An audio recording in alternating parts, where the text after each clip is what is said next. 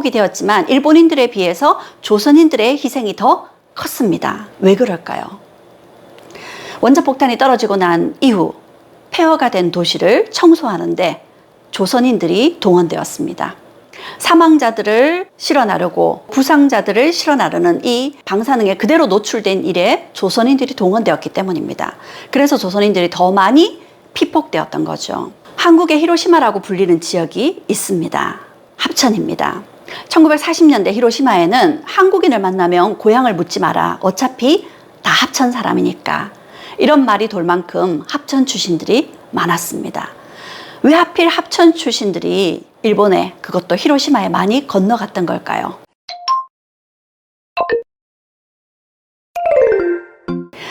빠뜨릴 수 없는 세 번째 이야기는 원폭의 두 번째 피해국 한국입니다. 일본이 드러내지 않는 진실이 있습니다.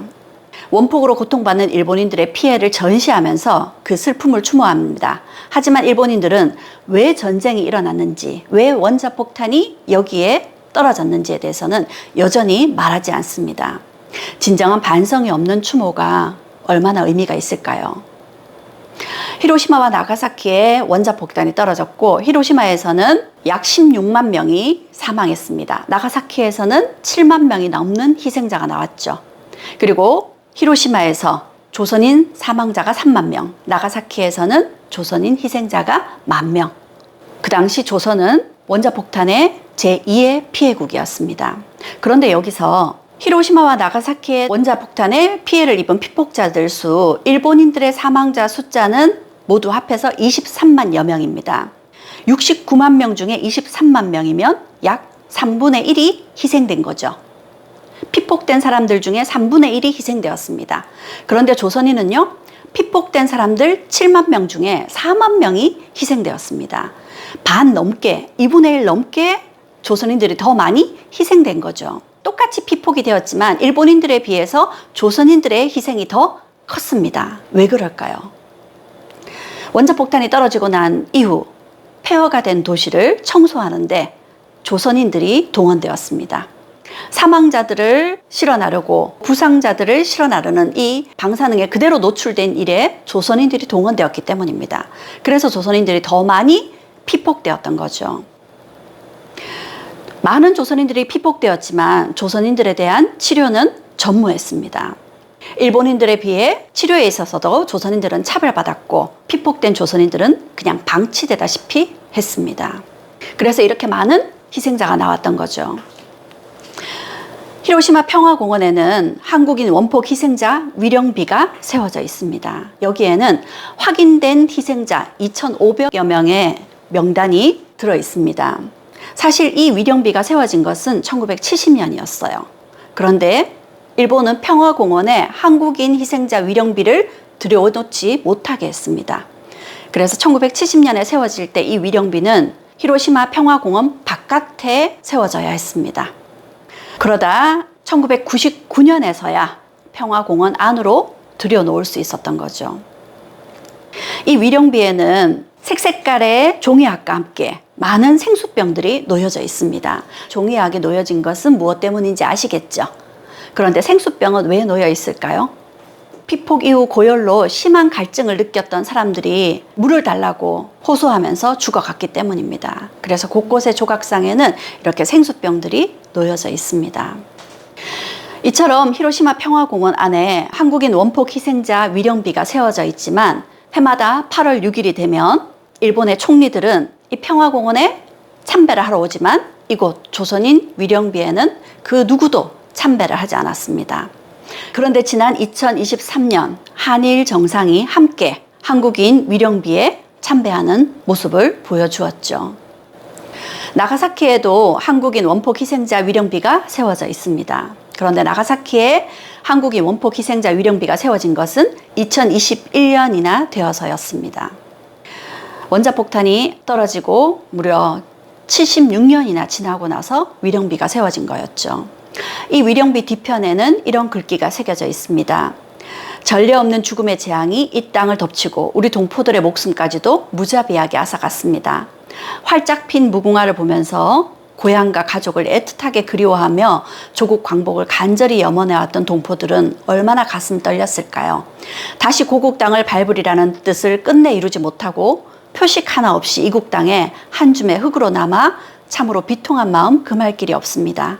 이 비는 원폭으로 인한 순환의 역사를 영원히 기억하고 희생당한 동포들에게 깊은 애도의 뜻을 바치고자 하는 우리의 작은 증표입니다.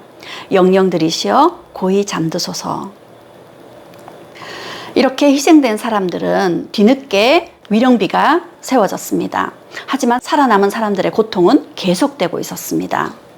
그러던 중 손진두라는 사람이 피폭으로 인한 고통에 자신을 치료해달라고 일본으로 미립국을 합니다. 그런데 미립국 결과 어떻게 됐을까요? 불법 체류자로 체포되었습니다.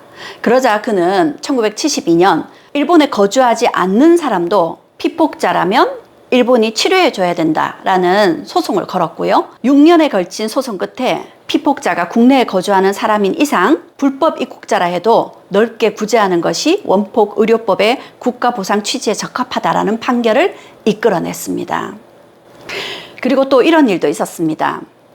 곽기훈이라는 이분은 은퇴하고 난 이후 나는 한국인 피폭자다 라면서 일본에 소송을 제기했습니다. 일본에서는 1957년부터 피폭자들에게 건강수첩이라는 걸 발급해주고 건강검진을 해주고 치료를 해줍니다. 곽기훈 씨의 소송으로 결국 1998년 일본 정부가 원폭 피해자에게 지급하는 원호수당을 일본 밖에 거주한다고 해서 못 받는 것은 부당하다는 소송에 승소 판결을 이끌어냈습니다. 그리고 그 승소 판결로 2008년부터 우리나라에 있는 원폭 피해자들이 일본의 건강수첩을 발급받아서 배상과 치료를 받고 있습니다. 한국의 히로시마라고 불리는 지역이 있습니다. 합천입니다. 1940년대 히로시마에는 한국인을 만나면 고향을 묻지 마라. 어차피 다 합천 사람이니까. 이런 말이 돌 만큼 합천 출신들이 많았습니다. 왜 하필 합천 출신들이 일본에, 그것도 히로시마에 많이 건너갔던 걸까요?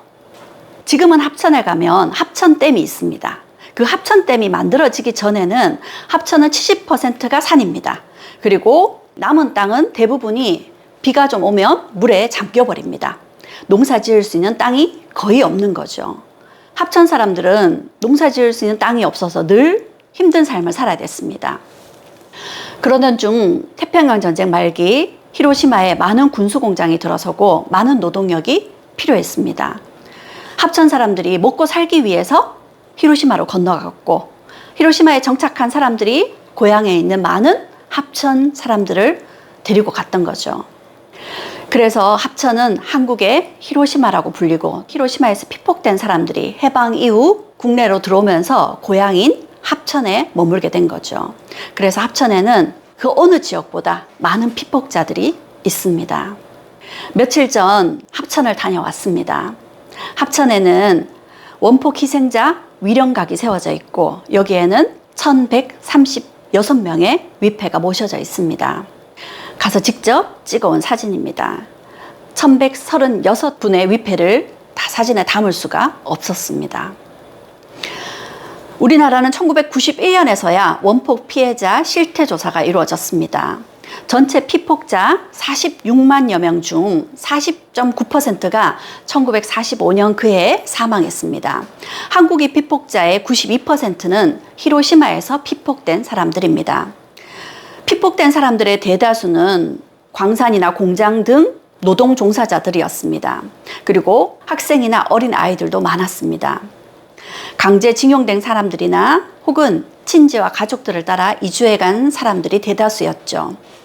해방 이후 피폭된 이들이 고국으로 돌아왔고 그들 중에 다수가 합천에 거주하고 있습니다.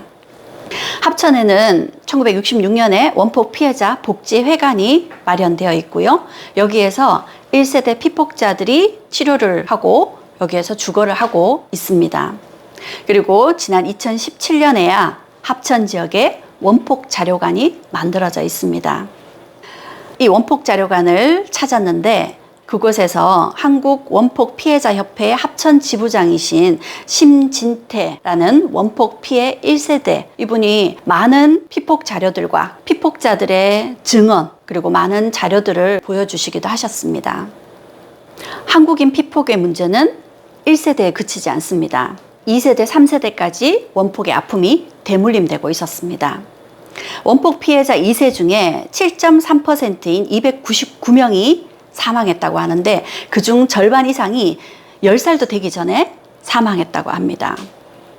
사망한 원폭 피해자 2세들의 사망 원인은 대부분 확인할 수 없습니다. 그러다 보니까 제대로 된 치료도 받을 수가 없습니다. 대표적인 원폭 2세대 피해자는 김형률 씨입니다. 이분은 성인이 되어서도 키가 163cm, 몸무게가 37kg에 불과했습니다. 늘 건강이 약했지만 자신이 무슨 병을 앓는지조차 알 수 없었습니다. 제대로 된 병명을 확인한 것은 25살이 되어서였습니다. 그 병명은 선천성 면역 글로불린 결핍증입니다. 방사능으로 인한 유전병이라고 볼 수 있는 거죠. 그는 25에서야 자신의 병명을 확인하고 난 이후 살기 위해서 도서관에서 자료를 조사했습니다. 그러다 그가 발견한 논문이 있었습니다. 그 논문에는 김형률 씨의 모친이 6살 때 일본에서 원폭에 노출되었고 일란선 쌍생아인 동생이 생후 6개월에 폐렴으로 사망하였다라는 내용이 적혀 있었습니다. 김형률 씨의 주치의였던 의사가 쓴 논문이었습니다. 자신이 왜 이런 병에 걸렸는지 확인이 되었던 거죠. 그 얘기를 어머니에게 드렸더니 그의 어머니는 6살에 일본에서 피폭되었고 그 당시 아버지와 언니를 잃었다고 합니다. 그리고 결혼 이후 김형률 씨와 함께 쌍둥이를 낳았었는데 그 쌍둥이 동생은 태어난 지 6개월 만에 사망했던 거죠. 김형률 씨는 이러한 원폭 피해자 2세대들의 현실을 세상에 알리고 지원과 치료를 받을 수 있는 방안을 모색하기 위해서 활동하기 시작했습니다. 저는 33년 동안 병마와 싸워왔습니다. 저처럼 선천적인 질병을 안고 살아가는 원폭 2세대들이 있습니다. 저는 어떻게든 이 문제를 끝내야겠습니다 하면서 그는 이 문제에 발벗고 나섰습니다. 그러다 결국 2005년 35세 나이로 숨을 거뒀습니다. 일본은 1957년부터 자국 내의 원폭 피해자들에게 건강수첩이라는 걸 지급합니다. 그리고 이들을 치료해주고 있죠. 그런데 한국인에게는 적용이 되지 않았습니다. 그러다 우리나라는 2008년부터 한국인 원폭 피해자들에게 건강수첩이 교부되었습니다. 그런데 2008년부터 원폭 피해자들에게 지급되었던 건강수첩은 정부가 나서준 일이 아니었습니다.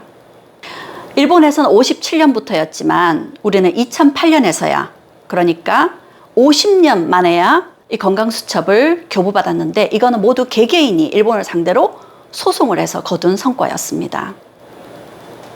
원자폭탄에 대한 미국의 사과 그리고 일본의 배상도 중요합니다. 하지만 한국 정부의 책임은 없다고 할 수 있을까요? 일본으로 건너간 사람들 그리고 징용되어 간 사람들 모두 국가가 지켜주지 못한 탓이었습니다. 일본에서 피폭되어 해방 이후 국내로 들어온 원폭 피해자들, 국가가 그들을 지원해주고 국가가 먼저 그들을 책임져주고 외교적인 문제를 국가가 나서서 해결해줘야 됐던 것 아닐까요? 지금까지 일본에 떨어졌던 히로시마와 나가사키의 원자폭탄, 그리고 원자폭탄을 만들게 된 미국의 선택, 그리고 원자폭탄의 제2의 희생국인 한국까지 세 가지로 나누어서 이야기를 드려봤습니다.